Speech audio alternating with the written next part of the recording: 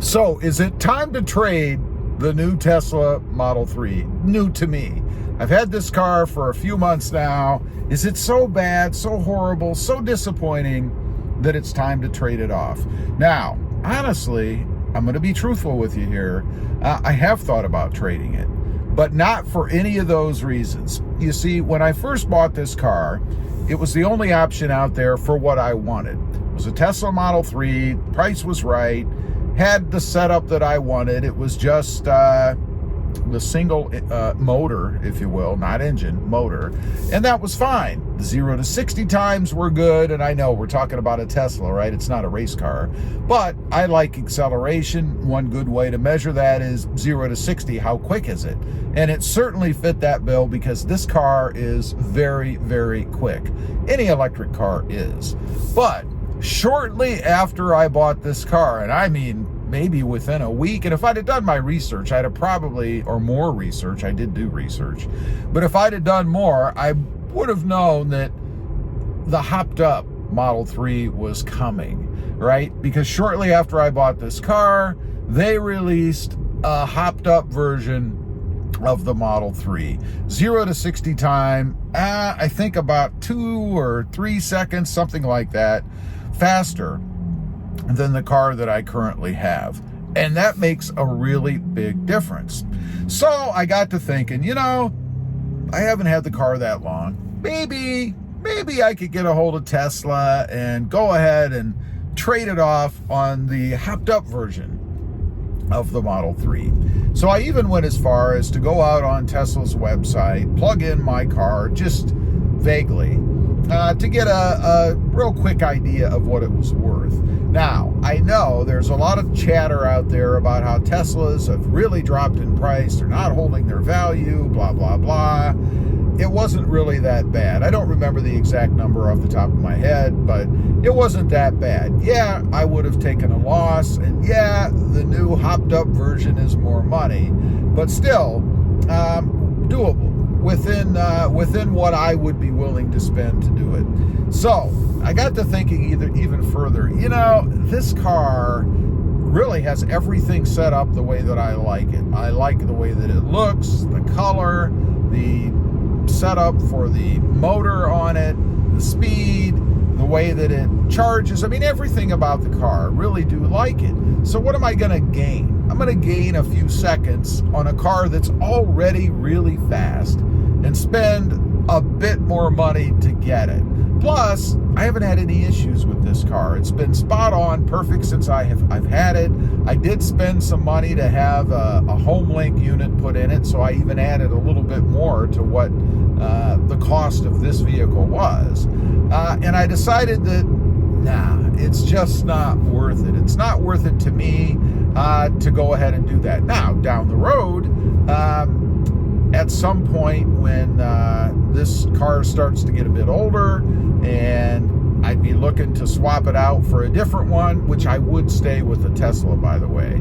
I love this car. I am so glad that I decided to take the plunge and buy it. It's just it's a joy. It's a driving experience, completely different than what you get from any traditional car, and I like that. I guess I like change. I like technology and all that stuff, so the more the better for me, and this is certainly loaded with it. Down the road, as I mentioned, I will go with most likely the higher end hopped up version of the Model 3, and I think I would stick with the Model 3. Of course, at current, there's the Model S. It's a bigger car. I do like them, but honestly, I'm not a fan of the size. I love the size of this, the footprint of it.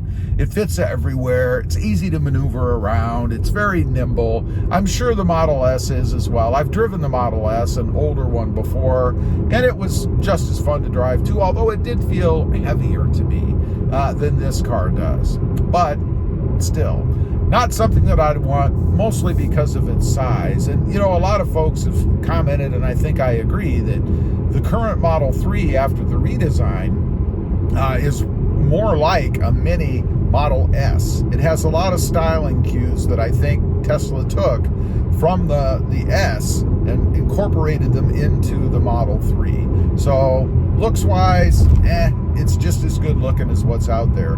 I hope to have this car for years to come. I did not get it with the intent of flipping it anytime soon, except for that little hiccup that came up when they introduced the hopped up version of the Model 3. But I have no intention on trading it out. I hope to have it for probably a minimum of 5 years, maybe a little bit longer than that. I think the projected battery life is something like 8 years before you could start to run into trouble. I think the warranty, it's either 8 or 10 years, I don't recall, but I would keep it probably at least 5 years, maybe the full warranty of the battery, and then trade it off for the next version, whatever's out there. Who knows? Maybe it'll be a hovering Model 3. Hard to tell what old Elon will do with it, but definitely happy that I bought it. No regrets whatsoever. The car has more than exceeded my expectations for it. I love not having to go to the gas station and pump gas. And don't get me wrong, I'm not some big, huge green person. I really got the car because I like the looks of it, I like the tech of it, and I love the acceleration of it, the speed of it. It's a blast to drive because of all of that. And I am very, very happy as it turns out with what I've got. Now, as far as any problems with the Tesla, I mentioned in a previous video, I haven't had any issues with the car whatsoever. You know, I saw a report recently about reliability for, it was either cars in general or EVs, I think probably EVs. And it stated that Tesla was rated low. And I just don't know why. No issues with mine whatsoever. Nothing. Not the smallest thing. And I'm pretty picky when I kind of look over or think about any vehicle because frankly, I don't have any ownership in the company. Nobody's paying me to say good things or bad things about any vehicle out there. So I give you my honest opinion of it. I think it's well worth, particularly if you're just going to use it as a daily kind of commuter vehicle, to check it out. I would not recommend it for long distance traveling because I don't care what anybody says. Stopping and having to charge and wait and hope that the charger works or that there isn't a line when you get there, so you're now waiting for somebody else to charge before you can actually get in.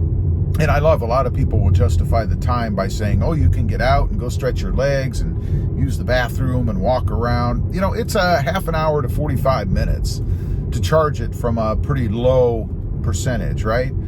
I don't spend that much time in a regular vehicle when I'm on a long distance trip at a gas station. You know, when I'm on a long distance trip, I'm looking to get where I'm going as quickly as possible, not hang out every time I have to charge the vehicle at a gas station somewhere, or a charging station, I guess. Anyway, I just wanted to get on, kind of run through that with you.